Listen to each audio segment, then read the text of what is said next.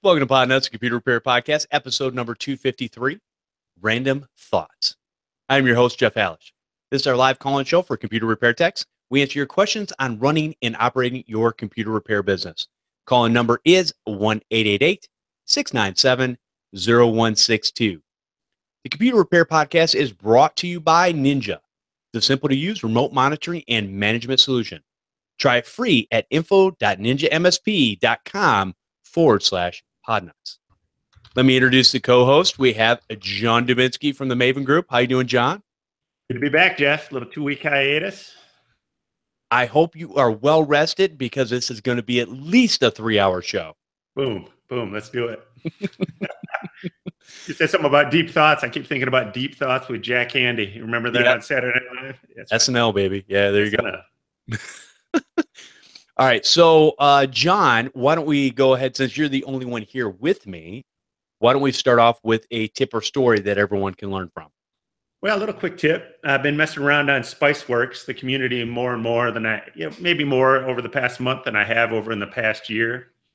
And I stumbled upon their free tools for IT pros. And they really have a nice slew of tools. I put the link in the chat and I'll put it in the show notes. But, you can find most of these tools by a combination of other things, like maybe MX Toolbox or other tools like that. But all in one place, they have everything from IP lookup to an SSL checker to traceroute to an IP scan. So it's pretty nice. And everything's on one page, neatly organized.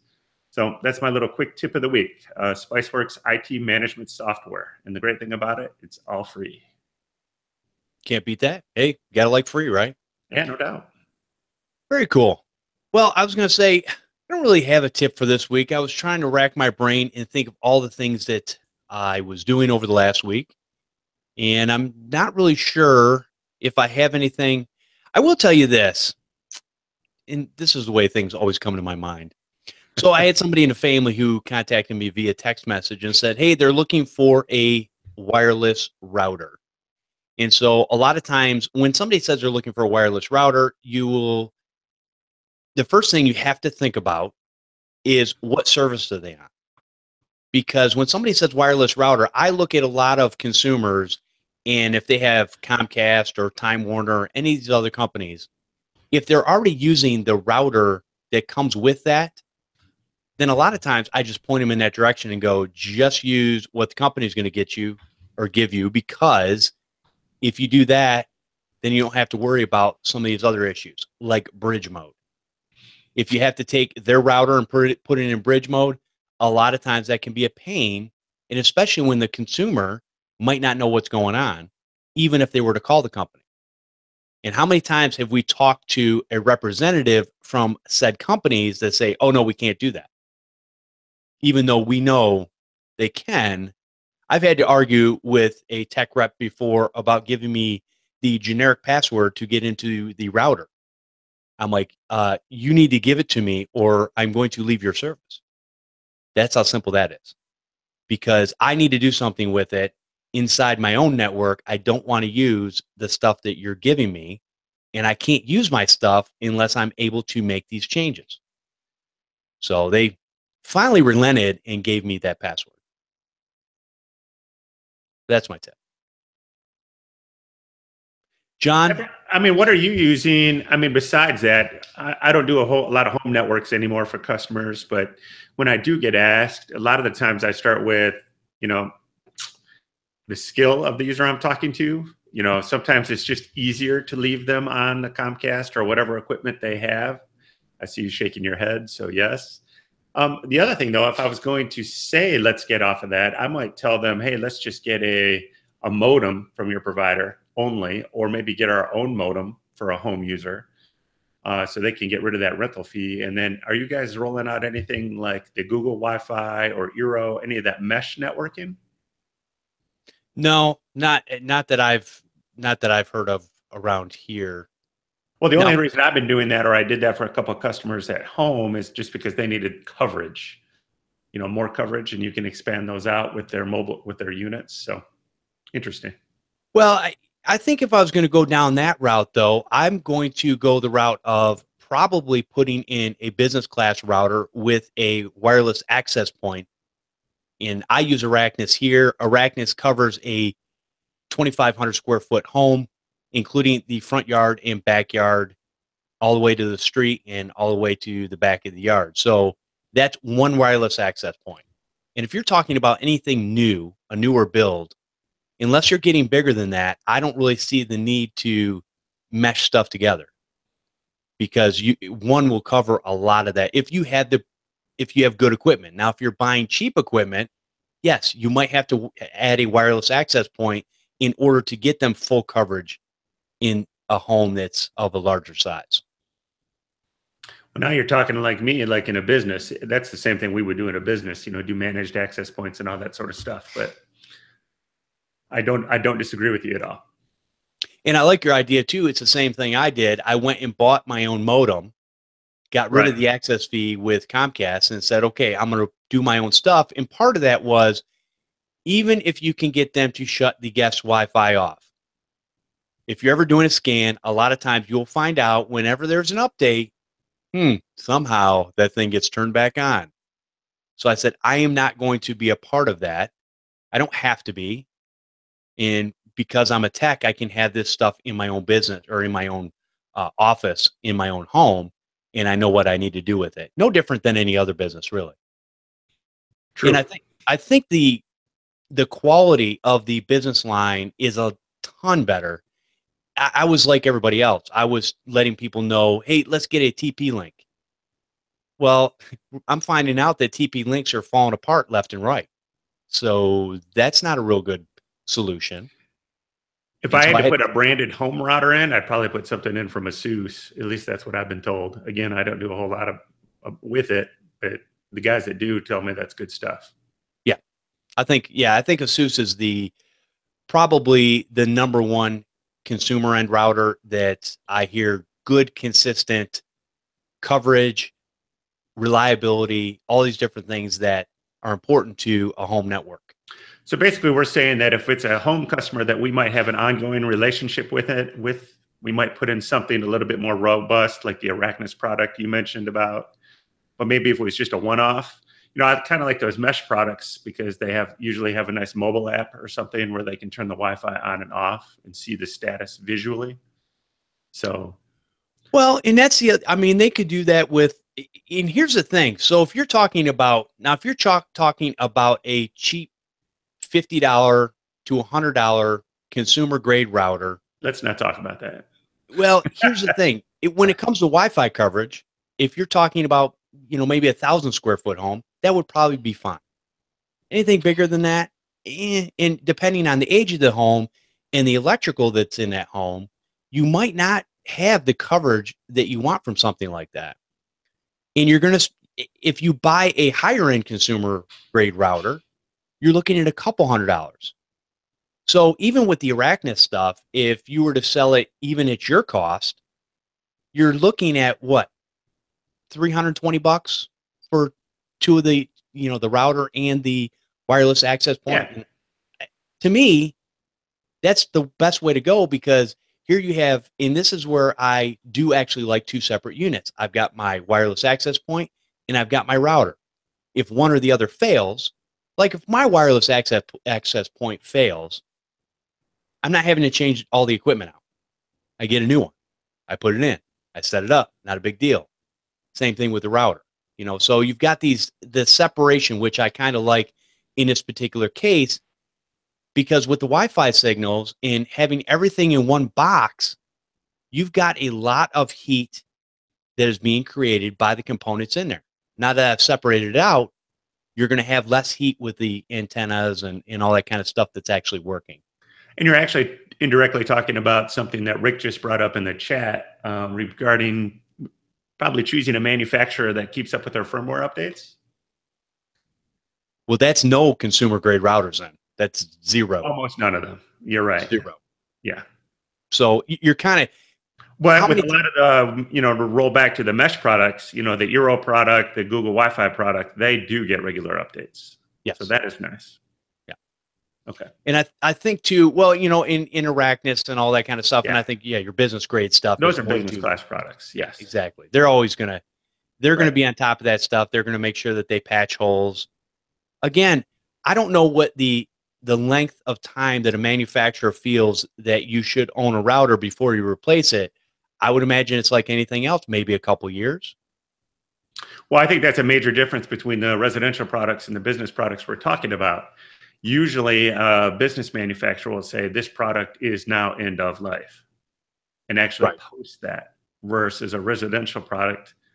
I'm guessing manufacturers just sell them till they no longer have any. Or, I mean, you're right. I mean, how often do you see a firmware update? Pretty rarely. Right. Yeah. I've usually, if you keep a router for 5 years, you might see one, and that's might. Yeah, I can't claim any knowledge about the residential stuff, but I know, like Open Mesh, we're getting firmware updates all the time. Right. And that's We got our crack fix already. All right, let's go ahead and take a quick break, and then we'll go ahead and get into our main topic, which is nothing but our random thoughts. All right, our show today is brought to you by Ninja, the remote monitoring and management solution to help you become more efficient, more productive, and more profitable. With Ninja, you can have faster fixed response time and offer preventative maintenance to your customers. Ninja understands what you need to run your business, which is why their RMM solution is integrated with tools that you use every day. Ninja provides competitive pricing, patch management, antivirus, email and SMS alerting. You can be up and running quickly with minimum training time, something I really like. You have TeamViewer integration for that remote support. It's one solution for managed and non-managed clients alike. Network visibility inside the RMM. See what's going on inside that network. Easy to read dashboards. Again, got to be something easy to read so that I will actually parse the information versus just glossing over it. A powerful device search where you can create custom queries and export the list to show your customers. They also have an executive style report showing important system metrics such as health score, software added and removed, hardware changes, and TeamViewer connections. Ninja is offering Podnutz a free 30-day trial, and when you decide to buy, a 10% discount. Take advantage of this offer. Go to info.ninjamsp.com/Podnutz. All right, so our main topic for today is John's and mine random thoughts. So, John, what do you want to talk about today? What's going to be the first subject? I want to start out with I don't know what we want to call it, but a subject that is near and dear to my heart, and tell you, Jeff, that you were right. And I know. There are no second chances. So I had what I would suggest my first SSD failure I've ever had of an SSD drive that I installed. Okay. So I've had, SSDs fail, but this is the first SSD that I can track back to an invoiced product that I sold. So I had a SanDisk SSD fail, and just like you've always been preaching, there's no second chance. It's either on or off. There's no data recovery. There's no please spin right, save me. None of that. So luckily, good backups. Not a big deal. SanDisk's RMA procedure was okay, lengthy. I didn't have to call anybody. I could do it all online. It was a little weird. A lot of email back and forth. Took about a week. But the one thing I wanted to bring up with an SSD in regards to that, so in this case, that drive was encrypted. The data on that drive was encrypted. Ooh. So that's okay. And actually, in this way, it's a good thing. So I felt okay in sending that drive back for replacement, because I knew that no matter what on the other end, that encrypted data is quote unquote encrypted. So I didn't have to worry about that. But keep in mind that if you have an SSD or even a drive that fails and you can't do something to get rid of that data, you probably can't RMA that drive in some circumstances dealing with compliance, meaning you can set, like in this case, luckily this wasn't a compliant customer, but if it was, let's say it was a medical customer and that was just raw data on that drive, even though that drive had quote unquote failed, you can't know with 100% certainty that no data could be recovered by that drive from the manufacturer. Maybe they could replace an SoC or some sort of chip on that drive and then put it back in production, and somehow it comes back magically to life and they can see all that data. Maybe. I know. Right. 1% chance maybe, but that's kind of a no-no with compliance. So we're starting to encrypt everything 100% in all of our compliance customers. So that's becoming a non-issue. But when I was on the SanDisk website, which I don't go to very much, I stumbled upon a neat little product called iExpand. Have you ever heard of this? No, I haven't. And Tell me more. Tell me more. At least I thought it was kind of cool, and it's for iPhone only. So those of you rocking an Android, move away. I rock an Android, and I'll put the links in the show notes. But it's a product. So you go to bed at night. Everybody probably plugs their phone in for a little bit of charging. What the iExpand does is also back up the phone at the exact same time. So it takes a snapshot of all the data on the phone, puts it on a little storage device, i.e. SanDisk self-storage, and charges your phone at the same time. So if your phone storage dies, you get a new phone, you just plug it back into the iExpand and it restores all your data. Oh, nice. Maybe neat, maybe not, but I thought that might be a neat add-on for maybe home users or something like that. So I just thought clever. I'd never seen anything like that before. Now, with the SSDs, I know a lot of people are going, I haven't seen a failure yet. Yeah, because they're not as mainstream as everybody would love to think that they are. The problem is, it's like anything else. There's way more spinning drives out there than there are SSDs. Now, once that changes over, a lot of those drives, you're going to, electronics, here's the thing. Okay, pay attention. Electronics fail all the time. Really? It just happens. It's just part of life. Just understand it and go, there's nothing magical about an SSD. Yes, there are no moving parts. But golly, even the moving parts on the hard drives, it's amazing. I've got some drives that are probably 15 plus years old that still spin and still work no problem. So, I mean, it happens. But then I've got other drives that I've had for 8 months and fail on me for whatever reason. It could be the board. It could be the actual spinning part. You know, it's hard to tell with this stuff. But one thing I know, that everything is subject to failure. So as long as you remember that, and like John said, have good backups in place, it's not an issue. And that's where I believe it's our duty, especially when it comes to residential. Business, a lot of times, we're selling the backups. They're eating it up because they know their data is important, and we're the experts. Residential, a lot of them are one-offs you might see once a year, and to get them to back up, they don't understand why they should back up. And a lot of times, most of the time, I can get something back from a spinning drive when it starts to fail. You know, you pull it out, you put it in a bench system, you pull the information off. Not a big deal most of the time. Now, if it's not spinning or not doing what it needs to do, then there's the other options, sending it out to somebody to take apart and replace parts or do whatever they need to do in order to get that information back. With an SSD, it can probably be done, but I'm just sure it's probably pretty expensive. So I think as long as we're pushing the SSDs to our customer, which gives them a faster computer experience, I think it's almost criminal not to grab them and force them to have some sort of backup if they're going to be using an SSD, because if that fails, it's either going to cost them so much money to get the information back that they're not willing to pay it, or they've lost things, just precious things, forever. So I think there's a lot to be said for that. And that's my only gripe about people saying that I haven't had any failures on SSDs yet being the key word. Well, it's all man-made, and your point is well taken. It's all going to break. I'll add on to that is just like any other gear, especially maybe when you're dealing with business, or maybe even more importantly with home users, or just as importantly, you know, you want to look at the manufacturers you're using. Like my SanDisk RMA experience was not bad. I wouldn't call it awesome either. But, you know, if you're going to sell, I don't know, what are some maybe lesser ADATA, Mushkin, and I don't know anything about these companies, so maybe they're good, but you know, you want to look at the RMA process. So when you do have a failure, you know, that you can either quickly get a replacement or decide how you're going to handle that moving forward. So you don't have to decide in the moment, in the heat of the moment, when that drive has failed and your customer's saying, well, when can I have my computer back? You know, what's your policy going to be? Are you just going to slam a new drive in there and then wait for the RMA and use that drive for something else? Or how's that going to work?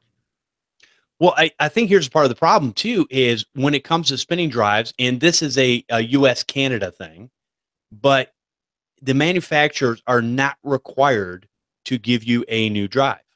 To SanDisk's credit, they sent me a brand new sealed SSD. Okay. So, and maybe that's the case for SSD because they haven't figured out how to reman them yet. That could be. So for a lot of people that don't know, and I think we've explained this before, but if you take a hard drive that's, let's say it's a terabyte, and it fails, you send it back to Western Digital, Seagate, whomever. That drive will be basically be taken apart. Heads will be disabled, disks will be disabled, and maybe they'll turn that into a 500 gig hard drive. Well, in doing that, they have to rewrite the firmware to that particular hard drive. And so it's not consistent with anything that's out there. They hand write that stuff to make sure that it runs as a 500 gig drive, and that is the refurbished product that you get back. Now with SSDs, maybe like John said, it's harder to do that, and they actually, or maybe the manufacturing process, it's just easier to send you a new one.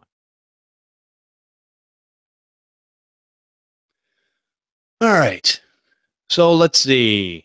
Hey, you want to talk more about hard drives?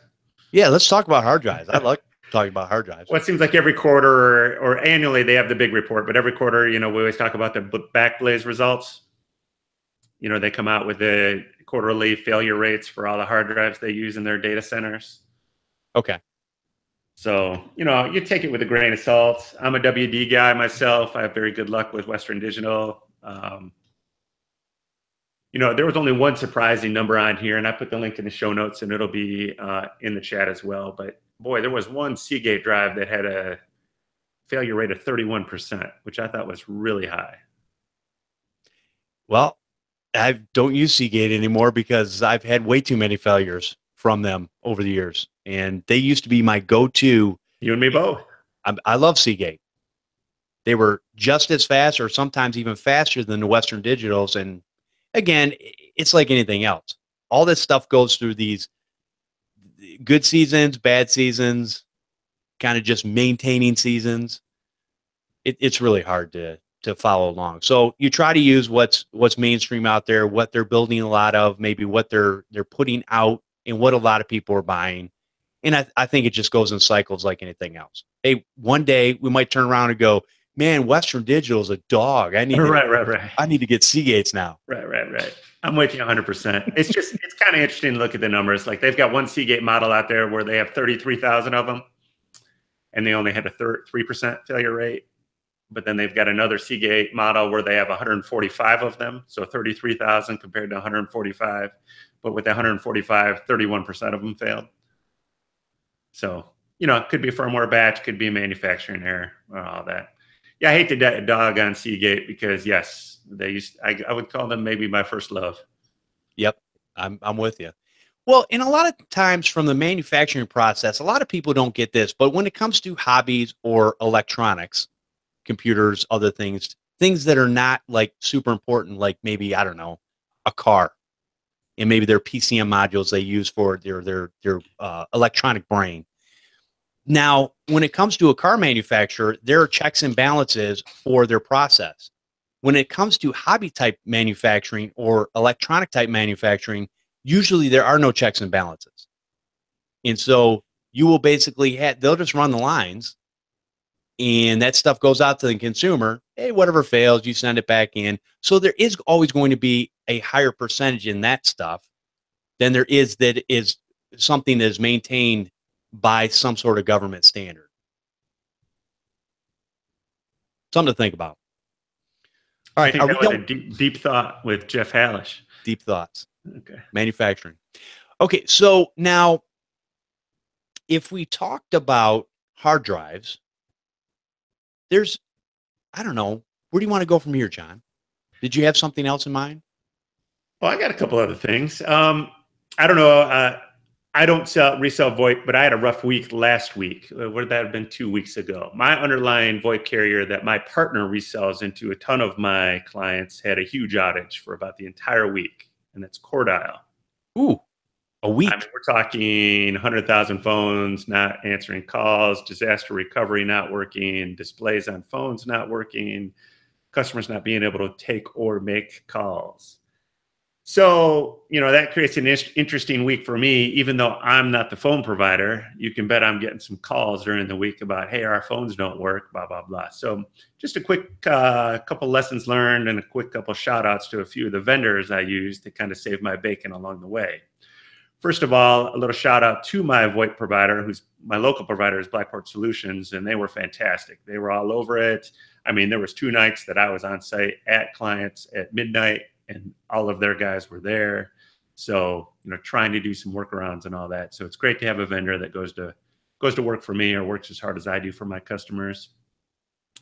But everybody knows that I use Calyptics for my UTMs. So we were having some problems. We found out they were network related. And we were having some trouble really identifying where those were coming from regarding to this VoIP outage. So we called Calyptics at 12:30 at night. Support answered after 3 rings. I won't use his name, but the guy on the other line was super fantastic, helped us use some of the tools built into the Calyptics device, found the problem, which was on the provider's end, but we found a workaround provided by Calyptics to help us solve that. So nice. What we had been chasing for about 120 minutes, maybe 180 minutes, Calyptics found for us in like 20 minutes, made some suggestions, we made some changes, and we were able to produce a solution. So that was fantastic. And, it doesn't cost anything extra than what you pay for your subscription to have that kind of support at your beck and call. So that was pretty awesome. So high five to Calyptics on that. And then also as part of this outage, a lot of times we were having to do a lot of rebooting of phones, so of VoIP phones. And I don't know how familiar everybody is, but a lot of times when you have to reboot a phone in order for it to pull a new configuration from its server. So we would make some changes on the server side up in the cloud. You reboot the phone, it goes out and looks and say, oh, my configuration has changed. So then it pulls that down. So I'm at my daughter's volleyball game. My VoIP provider calls me and says, hey, any way we can get to these phones so we can reboot them? So at this particular provider, I have all Arachnus gears. So that means I have Arachnus PoE switches, Arachnus Overseer, and I have links to all this in the show notes. But with the Arachnus Overseer, I was able to use my cell phone sitting in the stands, log in, see my PoE switch, turn the power over Ethernet off on the 5 ports I needed to turn those phones off, turn the power back on to reboot those phones, and then go back to watching some volleyball. So, nice. Sometimes we say that mobile apps aren't important or whatever, or aren't the key. I mean, in that case, that saved me, leaving volleyball possibly, or having to go, in the middle of the night back to a client on the other side of town to do all this. So again, I would say thank you, Arachnus and Overseer, for that. That was pretty sweet. Now, let me preface this by saying, because I know you're pointing that comment to me about the mobile apps. Really? Yeah, I know. But anyways, no, my whole point with the mobile app is, yes, they are nice to have. My problem is a lot of people don't absolutely know how to unplug. Now, you used it for an emergency situation, which I think is perfectly fine. If you're using that to run your day-to-day business and you've got to be on 24/7, I mean, I know people that sleep with their phone. It's that bad. So when I say the mobile apps, no, do you need mobile apps? Not all the time, but in particular cases, yes, I love the Overseer app. And yes, it is on my phone. And I do things on the network with my phone, and it makes it more convenient wherever I'm at. So I do get it. I don't want to be tied to something 24/7. That's my only problem with them.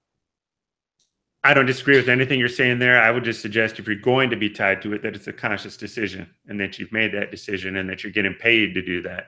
Right. Exactly. And that's a lot of times what's not happening. I think for a lot of people, they're on all the time, but they're not always getting paid. And every time you're on, the longer it gets, the less and less per hour that you're actually making. Just saying.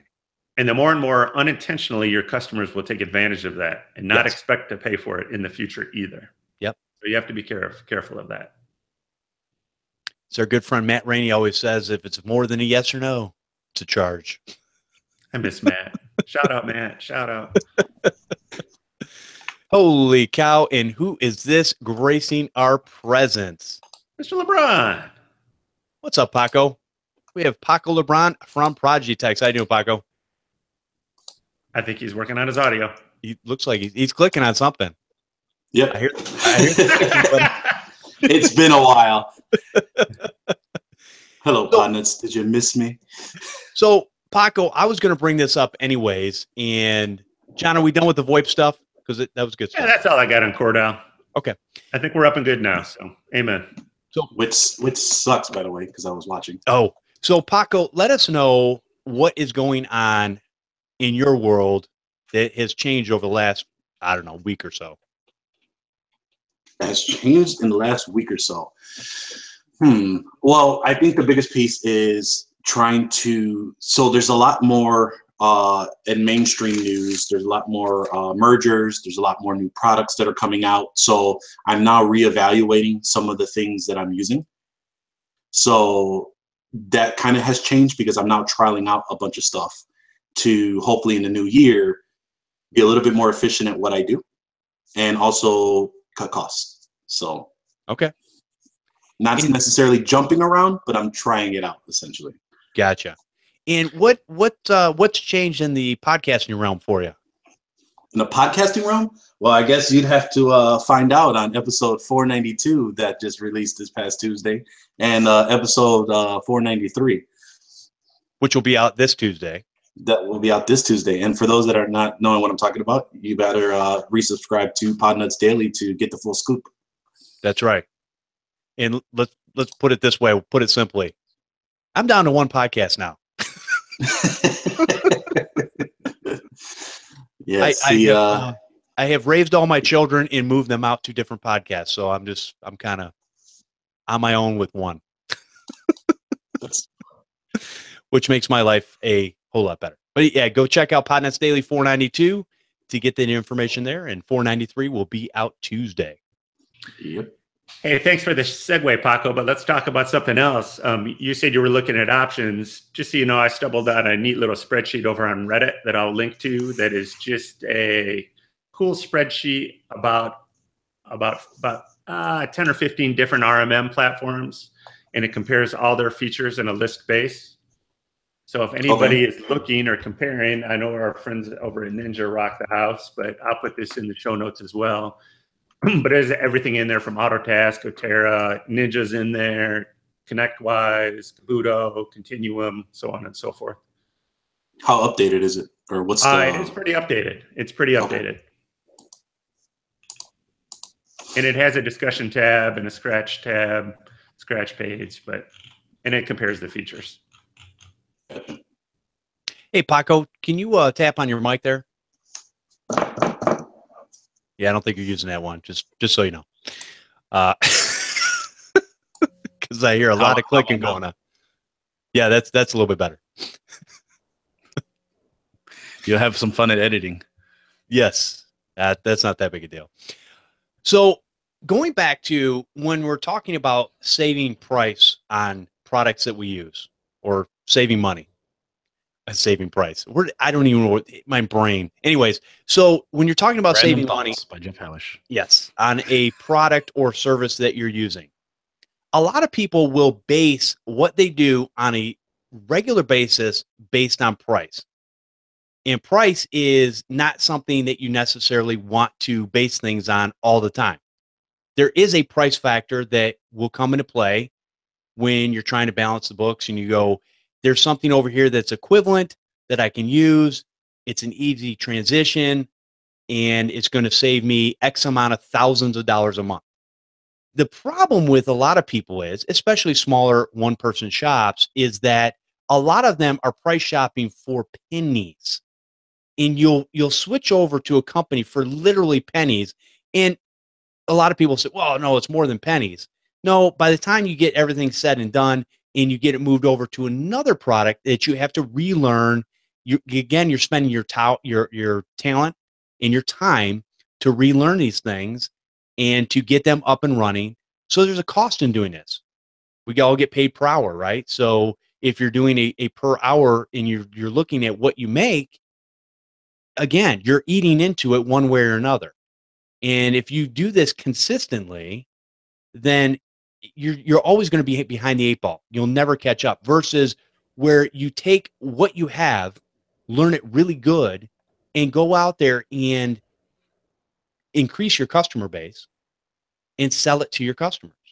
That's really what needs to happen. A lot of people are looking for this, what I would call silver bullet. And it doesn't exist except in werewolf movies. I have some of those in my fridge. Silver bullet? Oh, yeah, that's not that type of silver bullet, John. Okay. I think the biggest piece, like you just mentioned, is that a lot of us early on always look at price because we're trying to squeeze every penny that we can. But I think and I suffered from this, and we've had many conversations over the past couple years early on when I started the business too. I think the biggest piece is that a lot of people will need to understand is the effort that goes into it. And I think that revolves around all kinds of things. The age of a company, if they just started out, are they going to last long? I was on the tail end of a company that was very new and closed abruptly, and that takes a lot of effort and time, like you mentioned, billable hours, and just let alone effort altogether. The other piece of it is the value. Now, my switching from before was cost effective. My switching now in hopes is to be more efficient.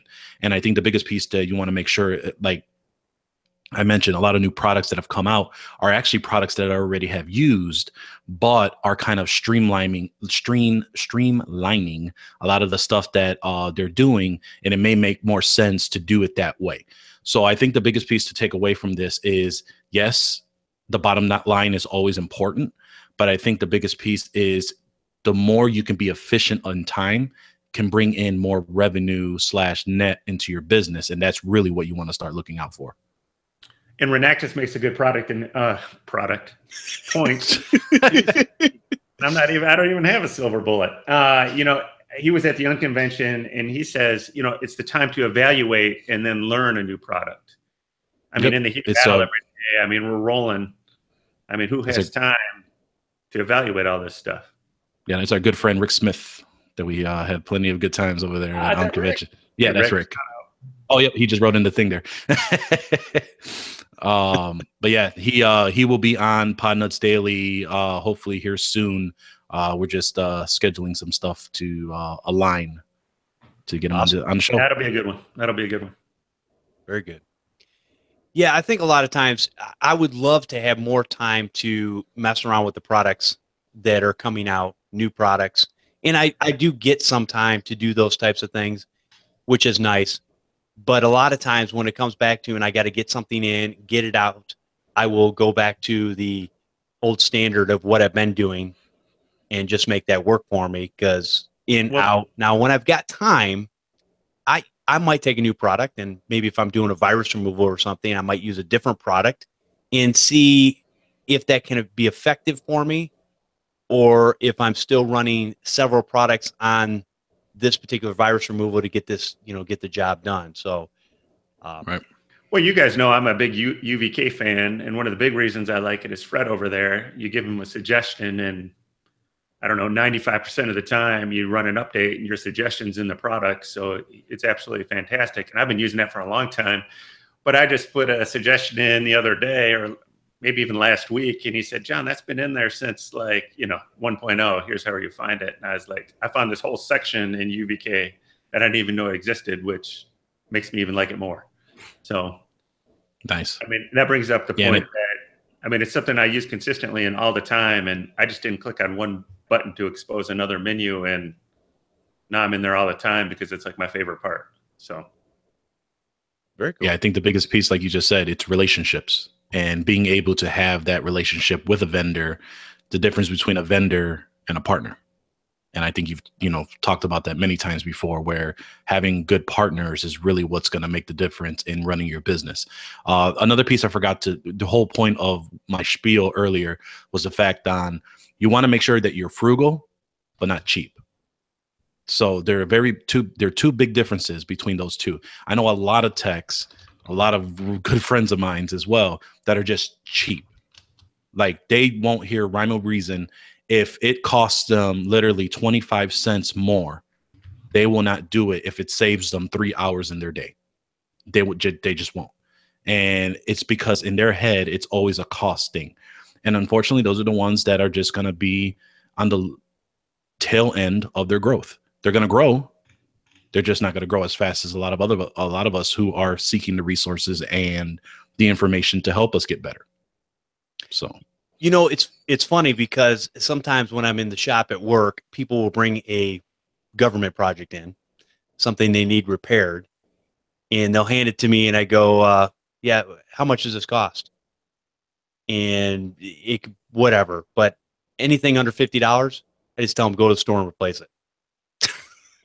It's not worth my time and effort to sit there and fix that for what they can replace it for. And most of the time, most of these products are right around $20, which is absolutely 100%. Yeah, go spend the $20. You make good money and just replace it. But you're right. It is a mentality, and it's a mentality shift that you have to get out of. And I like how you put that, the difference between frugal and cheap. And there's a lot of people that are cheap out there, and it's good to be wise with your money and make sure you're just not throwing it around. Right. And especially if it's not doing anything for you in your business, or it's giving you this perceived help in your business, but really not giving you anything in the end when you compile all the numbers together at the end of the year. And it's really the main thing to consider there, in my opinion, is the hidden costs of whatever that cheap product you're selling is. So you put a cheap hard drive in a machine, how much sooner are you going to need to roll a truck to fix that hard drive? You know, what time are you going to lose replacing that with warranty work, or just pure, how many 15-minute phone calls are you going to have to do to have somebody reboot that cheap router they put in? So. Right. Exactly. And that stuff happens all the time. That's why I'm always surprised, especially in businesses, why, if we're so-called professionals, why are we buying consumer grade products and putting them in businesses? I will never understand that. It's funny. I just logged into Ecliptics the other day, and I was on the homepage, and it tells you the last reboot date. The last reboot date was exactly a year ago on this Ecliptics, because even some of the firmware updates will apply without a reboot. So nice. So, hey, that's well worth it, and much better than 6 months or a year down the road going back and fixing a failure in a product. Amen. You know, especially when I was going to say, one sec, especially in a business where a lot of times you will have a lot of heavier traffic than you will have in a home network, because a lot of businesses that use the internet need it for stuff pretty much all day long. Seems like. Go ahead, Paco. I forgot. But no, I don't think most realize all the traffic that's going out over their LAN connection or their WAN connection now. Backups, phones, you know, cameras. I'm trying to exclude all the computer stuff related, you know, anything. All that stuff goes over their LAN now. So, I mean, that router is extremely important now. Yeah, I think so going off of what John was saying is rolling your truck out for something that either you've done cheaply or put in something cheaply. The other thing that you want to make sure you remember is the whole part of winging it too, which goes into a whole nother direction on the conversation. Is if you're doing something for the first time, and you know how the saying says is you agree and then you try and learn later. The big piece about that whole thing on trying to learn is make sure you document, because yeah, you're going to screw up on your first time doing something, but if you screw it up a second time and you screw it up on the third time because you didn't document it the first time on all the pitfalls, you're setting yourself up for failure as well. So that's another reason on sending out your truck multiple times when it's a bunch of gotchas that you learned about the first time around. So that's something that I'm also writing down and remembering on a lot of these setups, that where just certain servers and certain configurations that are my first time doing it, I need to make sure I document them, because there's going to be somebody else that's going to ask for that same thing, and I'm going to probably run into something similar. As far as documenting that stuff, a lot of people will go, well, I don't have time. I'm in there. I'm trying to fix the problem. Well, everybody's smartphone has a recorder on it, whether it's an iPhone or an Android phone, and you can get to that app, or use Google Keep or Evernote or whatever you want to use. And you can click a little microphone button and you can speak into your device and just go give a step-by-step of what you were doing. And that way you can take that information later when you've got some downtime and compile that information so that you have it for the next time that you go out and do that same situation. And my argument to that too is exactly like you said. Would you prefer 30 minutes of unbilled time or 4 hours of unbillable time because you screwed up on something that you didn't document for 30 minutes? Right. Exactly. Yeah. There is going to be things, there's going to be learning curves, and obviously we're not going to always, charge for the learning curve that we go through, but that's okay, because in the end, you'll become stronger for it. And the next time you go and do it, you'll cut it down. You'll still charge a good rate for it, and it'll still take an X amount of time, but you'll actually make more money in the long run because of the learning curves that you suffered in the beginning. And keep in mind that you should be billing based on project a lot of times for those things, not on the time it takes you to complete it.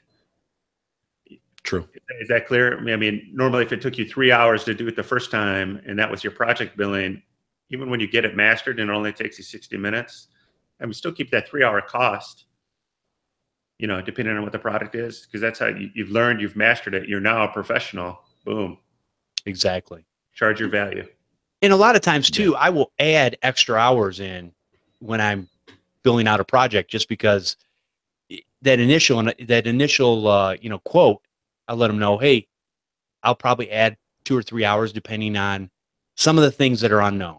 And I like what John has kind of taught me to do, is that I go in and I will do an evaluation and try to take as much information on a network and what's going on in an office before I actually go in and do the work, which saves you a lot.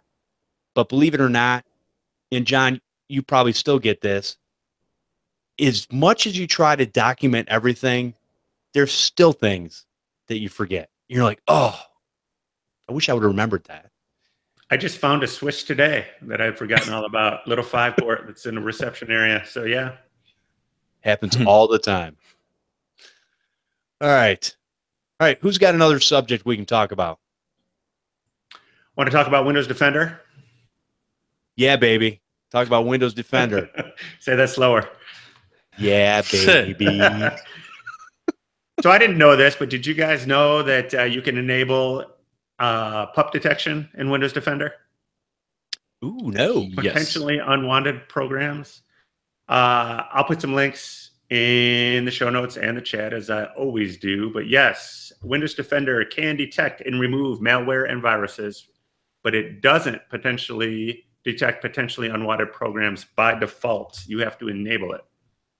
Mm-hmm. All right, and you have to do that with some registry settings. Now, if you're running the enterprise version of this, it is already there, but I don't know how many of us are doing that. But you can opt into it with some registry hacks, or my friend Fred over at UVK has a one-button click in UVK to turn it on. So I thought that was pretty cool. Okay, I'm definitely going to check that out. I was playing around with UVK earlier, so that's why I was... So, I rock WebRoot, which I really like, but I leave Windows Defender on the machines too, and you can bet I'm going to enable this as well. That's a good point, because there are products out there that, back in the day, pay attention, kids, back in the day, you couldn't run 2 antiviruses at the same time. Well, nowadays, there's a lot of products out there that I will call... I don't know that they are necessarily an actual true antivirus, because a lot of stuff is moved to the cloud. A lot of the scanning engines are not absolutely running on the machine at the same time. So you can have different antiviruses like a Windows Defender or a WebRoot running at the same time. Things like Malwarebytes will run alongside all of these. And so, this is kind of proving my point a little bit, though, that Windows Defender, because Windows Defender is the only thing I run on this particular machine, the one I'm on right now. Now, my bench machine, yes. I've got all kinds of others. Yeah, I know.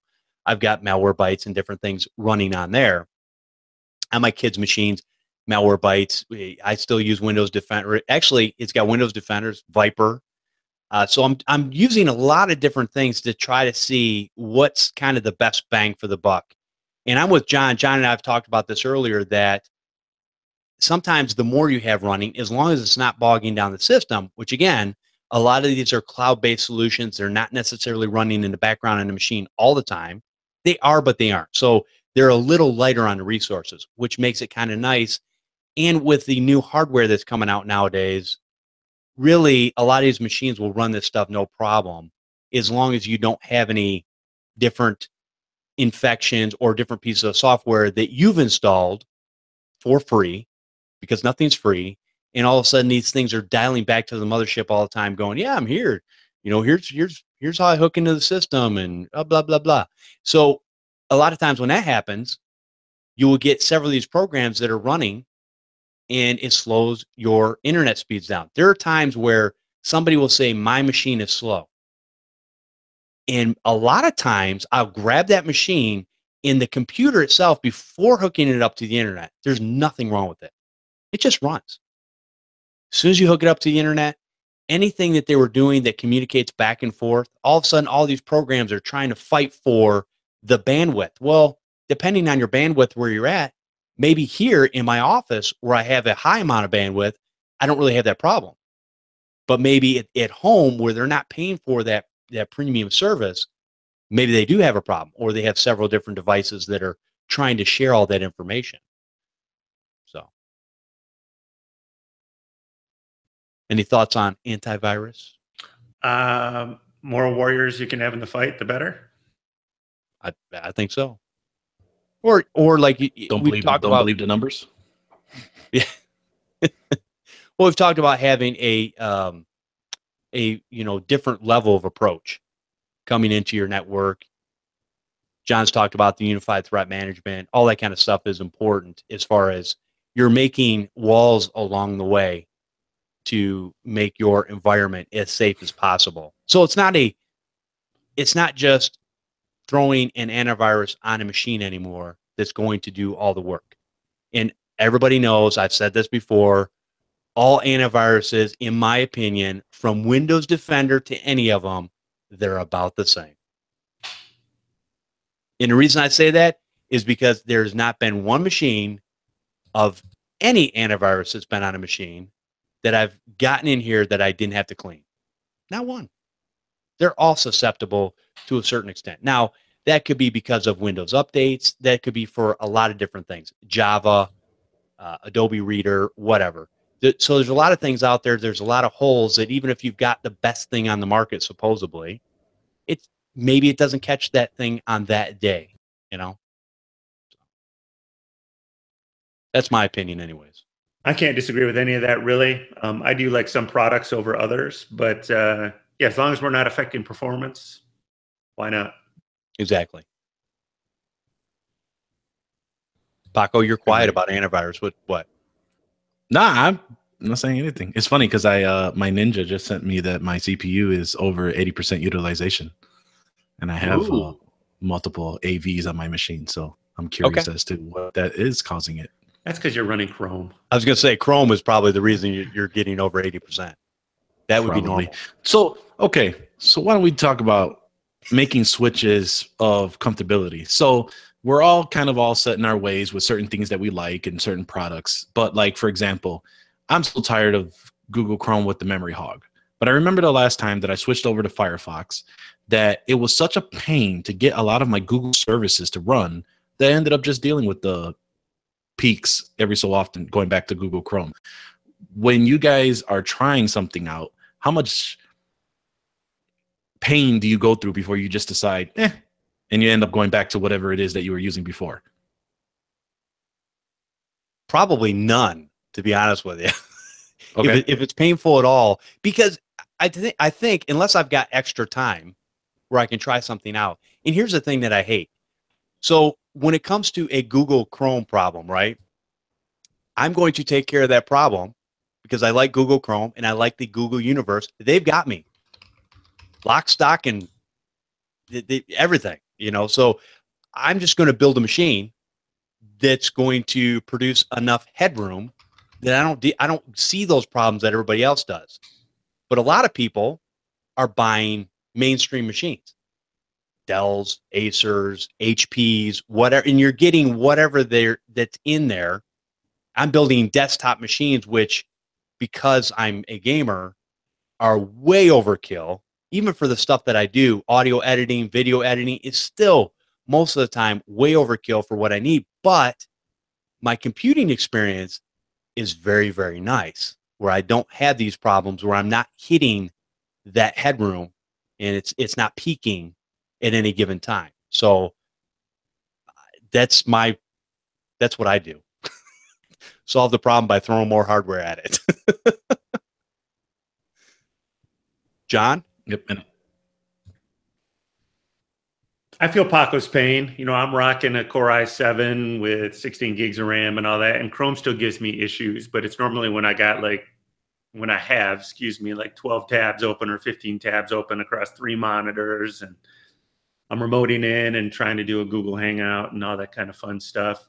You know, the promise is they're supposed to be fixing that, the memory issues, like they've been promising for a long time. I mean, the rumor is that Firefox has fixed theirs. So like I said, I'm in the Google camp. I can't leave. I don't want to leave, period. So I'm just staying here. So Paco, what do you do? I just give up and go back to what I know. Oh, so I figured out what it is that's causing my issue. Like right now, the utilization is a certain AV decided to start a scan now because I was trying them out in my whole new testing out other products. And now I understand why me and you have both said we will never use this AV ever in our life. So Gotcha. Well, here's the other thing too, is like when I'm testing out products, and again, I'm probably in this weird camp because I'm able to do this, but I have a bench machine or I have my kids' machines. So whenever I'm testing out products, I throw it on their stuff because if they're down, it's not a big deal to me, but I never put it on my production machine. My production machine is like clean with just the stuff I need in here, and that's it. And that's why most days I smile, because my stuff just works. Now, when it doesn't, I cry like a little baby, and it's not very fun to be around me at that time.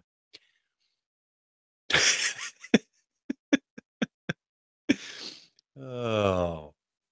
All right, so what else we random got? thoughts, everyone. Random thoughts, man. Random thoughts. So, and the other thing too, Paco, I think when it comes to, there's a lot of things that are being done in Google Chrome and in the universe we use with Google Drive or whatever we're using, all the extensions that we use, that could I cut down the overhead of the memory problem? Probably, but I like the conveniences of what the browser brings me. So as I'm adding more stuff to it, I'm going to solve it by putting more hardware on it so that I don't have these issues. All right, John, what else we got? What you got on your list? That is all that I have on my list, Mr. Halash, for today. What's going on with that? Well, you know what? It is 5 o'clock. So that was a quick hour. It is a quick hour. We talked about a lot of random stuff that, well, I'm sure we talked about before, maybe delved a little bit deeper in a couple different things.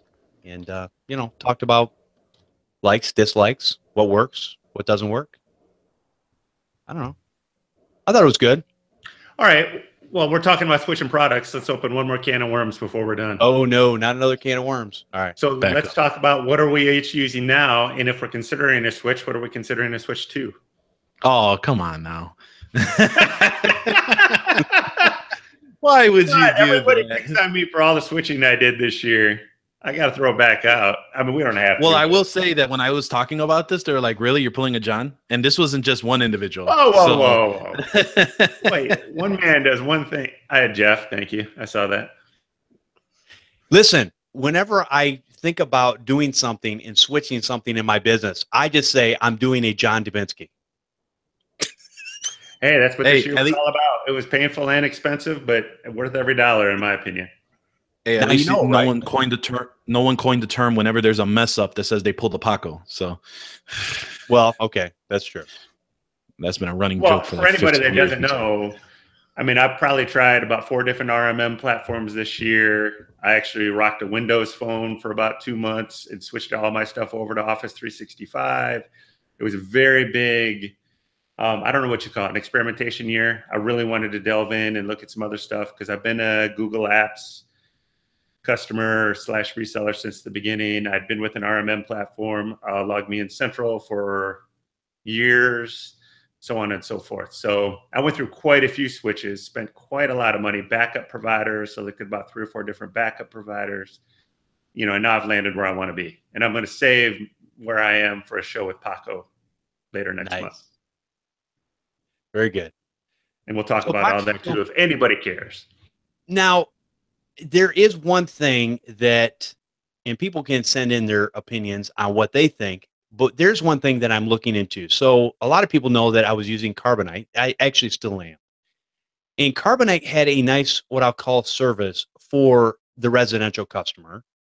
And what it would do is my residential customers, I never sold the bottom of the barrel Carbonite service. I sold the middle tier, which included a local image backup along with the cloud backup of the files. And I would have them buy a Western Digital external drive. They plug it in. It would make a local image. Well, Carbonite is doing away with that service. I don't know why, because it just worked. But I'm looking at it now from a standpoint where I know a lot of people that sell backup will just do a cloud backup. And to me, that's better than nothing, but it's not the 3 points that you need. You need local, you need, obviously what's on the machine and a cloud backup. 3 different mediums. And it's nice to have that image. If you have a failed drive, you can basically throw another drive in. You can re-image it using that image, and you're back up and running and, not skipping a beat. So I am looking at maybe other backup services that will provide that for a good price for the residential. Obviously, there's high-end ones out there that charge a premium, which I like their products. It's just a residential customer is not going to buy that product. It's just going to be way outside the realm of what they're going to be willing to spend. So for me, I'm looking for that residential hook where I can go, here's a product or service. I'm not making a whole lot of money on it, but here's something you can put in your system that's just going to run. And I wanted to get away from having to do separate things. I could have used a Cronus and done the same thing and then use a Carbonite or a Backblaze or whatever for doing a cloud backup. But I liked having everything in one package that I could monitor and watch and know if it was working well or not. So that is, I've got probably a little less than a year to solve that problem. So I'm going to be looking at different solutions. That is one of the things I have to look at over this next year. I really like the Cloudberry solution, and it does everything you're asking. Very good. That is one of the ones I'm going to look at. And it sounds like the price point might be right where we need it as far as for what a residential customer would be willing to pay. And so I like that. Now, when you were doing your Carbonite, did you care about the commission that you were getting from reselling Carbonite, or were they just buying it on their own and you saw nothing? Oh, no. I was buying it, and they were getting the licenses directly from me, and renewals came in directly from me. So they paid for it, and I renewed it. Not a problem. So is that going to be a contending spot for you when looking for a backup provider? It's funny you brought that up because I just thought about something else that just makes me mad. Burns your biscuits? Yes, burns my biscuits. Grind your gears? Go ahead. Let's talk about, since you brought this up, let's talk about channel-friendly products. This is a huge can of worms, and I know this irritates me to no end.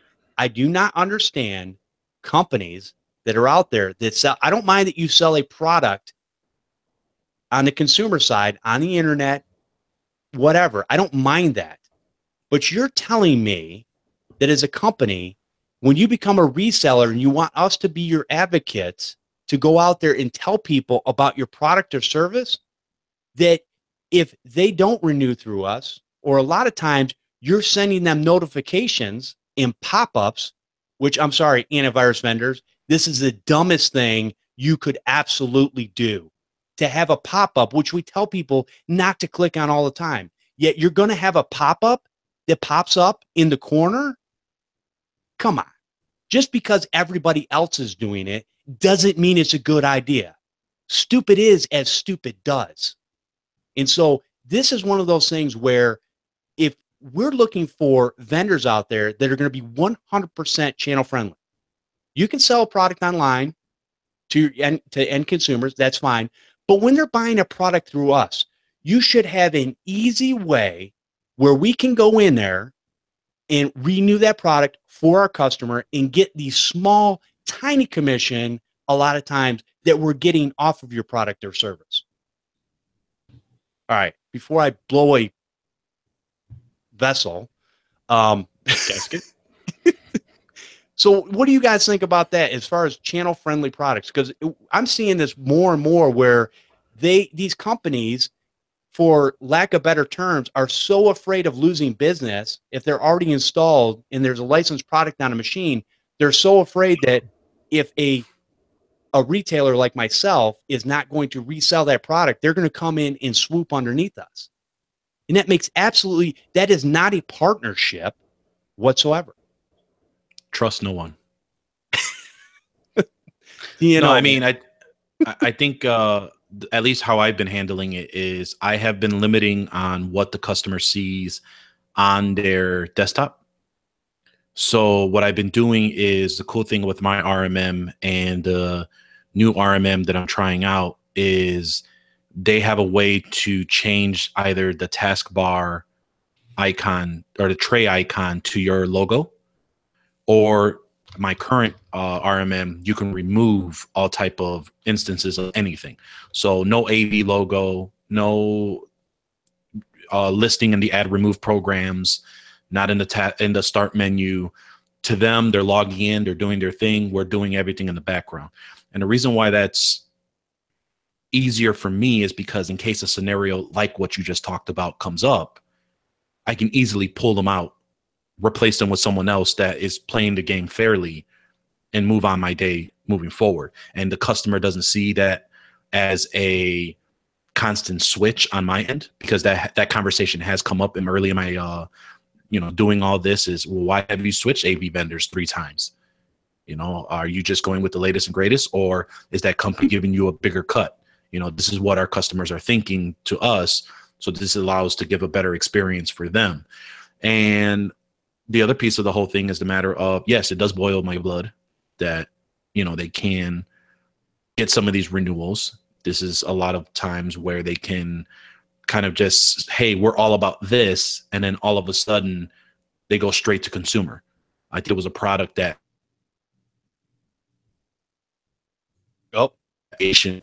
did really great. They were killing it. And then all of a sudden they said, thank you for your assistance. I think we're good from here. They got all the data that they needed and went straight to consumer on Amazon. So, and that really chapped a lot of people. Who is that? Who were helping them. Come on, I'm not. Oh, I thought you said it. Sorry. I thought you. Oh, no. I didn't say who it was. I don't want Podnutz to get in any trouble, but essentially, it was one of those where like an association was really helping this product and they felt like they built out their product. And then now there are certain vendors that have, pulled the wool over us once. They're trying to play nice to us again. And the wonder is, are they going to do it again? And there's a few of them like that. So it's a matter of doing your due diligence and making sure that you protect yourself. So I put hopefully a good enough system where if someone's not playing right, I can easily pull them away without it causing any type of huge interruption between my customer's experience and interruption in my own workload during the day. And I would suggest once you find a good partner that is balancing that out and dealing with you how you want, make sure you treat your vendor partners just like you want to be treated. Make sure you give them positive feedback. And, a lot of times I look in the forums of some of the products I use and I see that we as techs are treating our vendors just like we complain that our customers treat us. So remember, you're trying to build a partnership, And the guys on the other end, if they are a good partner, are just trying to help you as well. So it's a two-way street. Absolutely. And I think you need to remember to not only and this is where it's not necessarily based on price. Everybody that is trying to squeeze every little margin out of products or services you're selling, here's a novel idea. And here's something that is purely adjustable and easy to justify. You can actually charge for, I don't know, things like maybe, your time for installing, putting it together, right? You don't have to worry about, companies out there that are just going to undercut you. So when you have a good product or service out there, treat them well. And if you're not making a huge margin on them, that's okay, because you can charge for the time and make more money that way instead of necessarily trying to get every little penny out of that product or service. Pay for a good product or service. And guess what? That product or service will be around for a long time. When we choose not to pay properly for these products and services, they end up going away or getting bought by some bigger fish in a pond, and then everybody complains. And you know who's to blame? It's us, the technicians and business owners. We're absolutely, most of the time, the ones to blame for these situations. Because, again, a lot of us are cheap. And I don't get why, but we just are. We want our vendors to make as much money as they can as well. I mean, Absolutely. Not at our expense, but if they're providing value, because we want them to be there, improve the product, support us, period. Yep, absolutely. And I think that's the biggest piece too. Like when we build those partnerships, they should know, and depending on how big the partnership is, right? So like, the guys over at Ninja, they're pretty big compared to the guys over at, let's say, Repair Tech. If Repair Tech, because of the relationships we have with them, if they're hitting a rough patch or they got to up something or whatever, they should on their end also reach out to us saying, hey, look, guys, we're planning on doing this. How much of it is it going to be a big of a pain? I think that's like John said, if we can make them comfortable enough to come to the community and say, hey, look, this is where we're at. We need help, or hey, this is where we're at. We goofed up. I think there's going to be that helps to grow the relationship even further because you got that transparency. Exactly. And think about it like this, because I've heard this a lot. And especially when you're paying cheaply for a product and then you want this stellar support out there and you feel that everybody should just drop everything and answer your phone calls and take care of you, when you can't stand when your customers do that to you. You'll be irritated up and down because that happens to you, but yet you'll pass that along and do it to somebody else.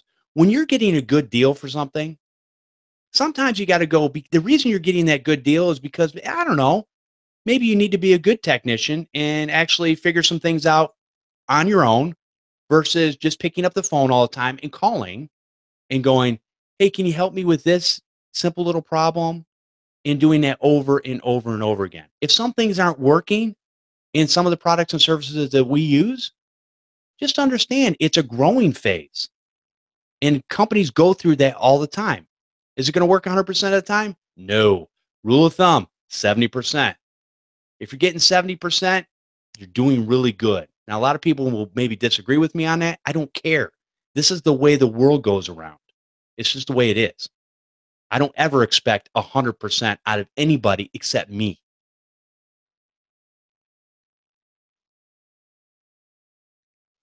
Boom. All right. Drop your mic arm. I'll second that. Boom. No, don't drop the mic. You get in trouble for that. Only if it's not yours. That's right. That's right. Well, yeah, don't drop Mike Smith's mic. It's not very nice. Anyways, all right, let's go ahead and take another quick break, and we're almost out of here. We could probably go on for hours with this group here. If you guys want to support this show, go to patreon.com/computer repair podcast. If we've helped you out in any way, you appreciate what we do, the not only entertainment factor, but maybe you learn a thing or two, shoot a little bit of money this way. All right. Our newest patron, I want to recognize Mike Deem. And thank you, Mike, for being a new patron to the Computer Repair Podcast. We definitely appreciate it. And I want to thank all of our Patreon supporters for your continued support. You guys are making things possible, keeping this podcast going and being able to do the things that I would like to do. So I definitely appreciate that. Also, for those, and I'm learning, again, this is a learning curve. I'm learning how to exactly do this. The secret Facebook group for being a Patreon supporter should be here by the beginning of November. So I'm just trying to figure out how to get the whole rewards thing going in the Patreon and getting that information out there. And then we need John Dubinsky to sign up for Facebook and get his account back on there. The sacrifices he has to do for the network. Yes. I got to join the dark side. Well, and let me put, so there's a lot of great Facebook groups out there. And the only reason I want to give back to those who are giving to us. So I want to have a smaller, intimate group of people that want to interact with each other and get some information, maybe directly from myself, John, Paco. And I say that because they are contributors also.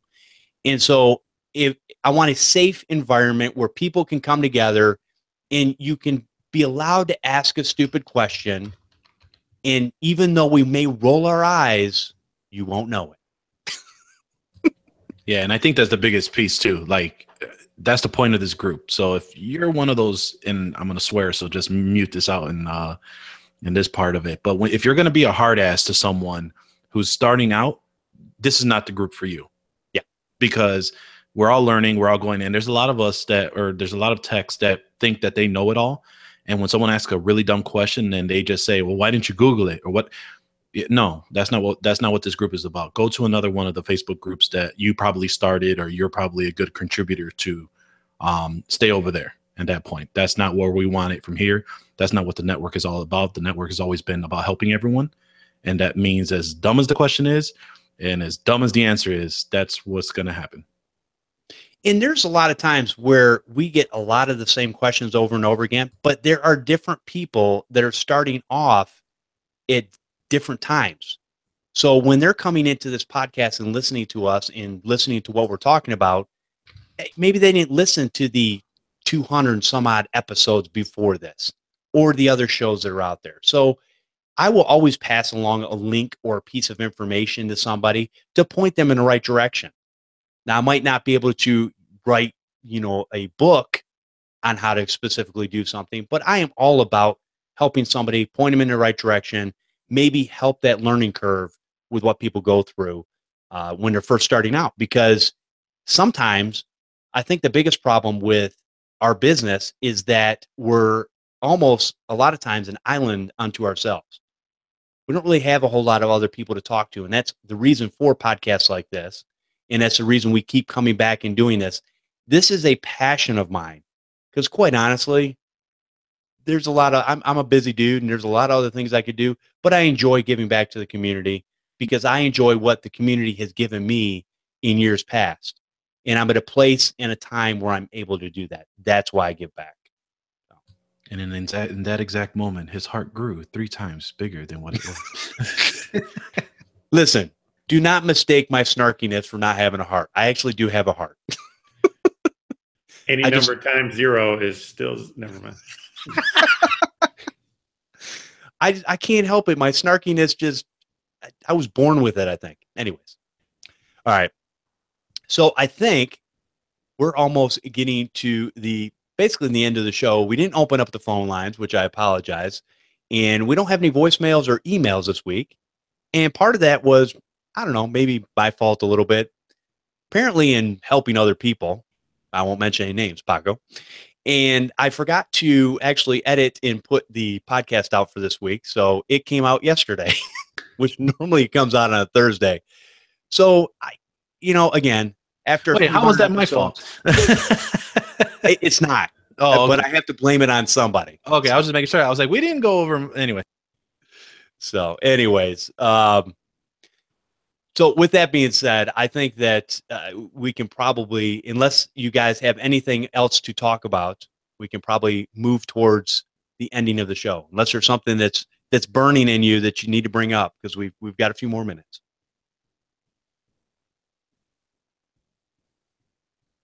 I was going to make a comment about burning and itching, but I'll just leave that alone. I'm sorry, you're going to do what? Nothing. That's for that's for Podnutz After Dark coming back. That's right. Nuts at Night. Yeah, that's the one. Podnutz After Dark.